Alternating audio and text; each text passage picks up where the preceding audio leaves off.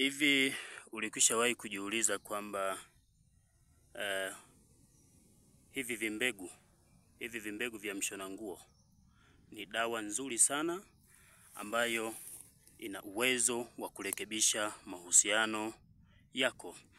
Hivi vimbegu vya mshona nguo vinatokana na mmea, majani yake mfano wake ni haya hapa. Umeona haya majani yake haya. Sasa haya majani ya mshona nguo yana kazi nyingi. Hebu ngoja tuanze kwanza kwenye majani haya. Majani haya ya mshona nguo yana uwezo wa kutibu kidonda au kidonda ambacho kiko nje ya mwili na kidonda ambacho kiko ndani ya mwili. Kidonda ambacho kipo nje ya mwili, chukua majani haya, saga, mchuzi wake bandika kwenye kidonda, ndani ya siku 5 kidonda kimekauka. Vidonda vya tumbo, jinsi ya kupona kupitia majani haya, chukua majani haya mengi, chemsha, tumia kunywa kwa muda wa miezi 2 mfululizo, vidonda vya tumbo unapona vizuri kabisa. Lakini pia majani haya yana uwezo wa kutibu typhoid, yana uwezo wa kutibu magonjwa ya UTI, yana uwezo pia wa kutibu hata changamoto za maumivu ya kiuno pamoja na mgongo.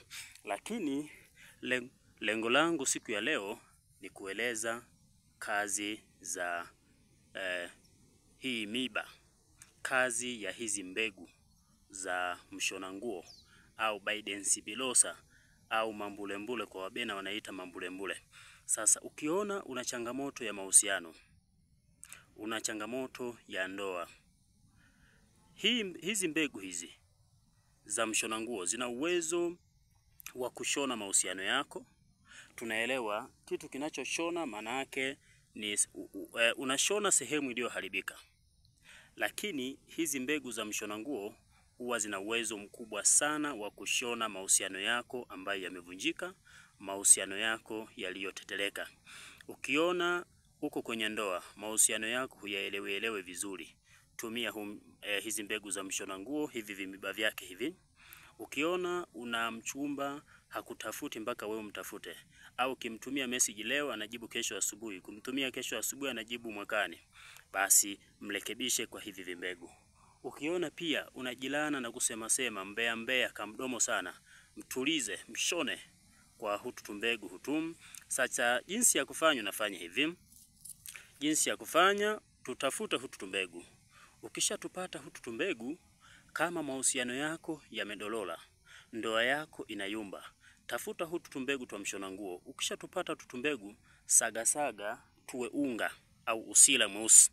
Ukisha saga changanya na ubanizuhula, changanya na udi saiflola, alafu changanya na kalilalila au liwa au mliliwa. Baada ya hapo tumia kuchoma kwa manuizi. Choma asubuhi jua linakochomoza, tazamia jua linakochomoza. Choma jioni, tazamia jua linakozama. Ukinuilizia kama mahusiano yako yalikuwa yanadolola, yatasimama kuanzia hapo. Kama mwenza wako alikuwa kutafuti mpaka wewe mtafute, ataanza kukutafuta haraka inavyowezekana. Kama ndoa yako mume wako alikuwa haachi hela matumizi, kuanzia hapo ataanza kuacha hela matumizi kubwa sana. Kama kulikuwa kuna changamoto yoyote ile ya kimahusiano, narudia, choma kwa manuizi. Asubuhi tazama jua linakochomoza, jioni tazama jua linakozama. Choma. Kwa mfano, ninachoma dawa hii, ninaichoma mfano wa manuizi, ninaichoma dawa hii kuanzia sasa. Ninataka mtu wangu fulani bini fulani aniheshimu, anisikilize, anipende, anisikilize, anipe fedha za matumizi, aelewe familia yake. Nuilizia mambo mengi, na unachoma ukiwa uchi. Narudia, asubuhi tazama jua linakozama, jioni tazama jua asubuhi tazama jua linakochomoza, jioni tazama jua linakozama. Choma kwa muda wa siku 14. Mahusiano yako yatarudi vizuri kabisa, mtaheshimiana vizuri, mtapendana vizuri. Mimi Dr. Fungelwa nimewapa somo hili. Msije mkashangaa mbona mikono yangu ni michafu. Mikono yangu ni michafu kwa sababu nilikuwa napita, nimetoka kuchimba dawa, nikaona niwaelekeze juu ya elimu juu ya hivi vimbegu vya mshona nguo. Ninataka vikashone mahusiano yenu ambayo yameteteleka, mahusiano yenu ambayo yamelegea. Hivi vimbegu vinatokana na majani haya hapo. Umeona haya majani? Umeona haya majani? Haya majani haya Haya majani ndiyo yanazalisha hivi vimbegu, umeona, na yanaanza maua kama hivi. Baada ya hapo ndio vinakuja hivi mbegu. Asanteni sana. Kama kuna mtu atakuwa na maswali, basi namba zangu za simu utapiga simu unaniuliza.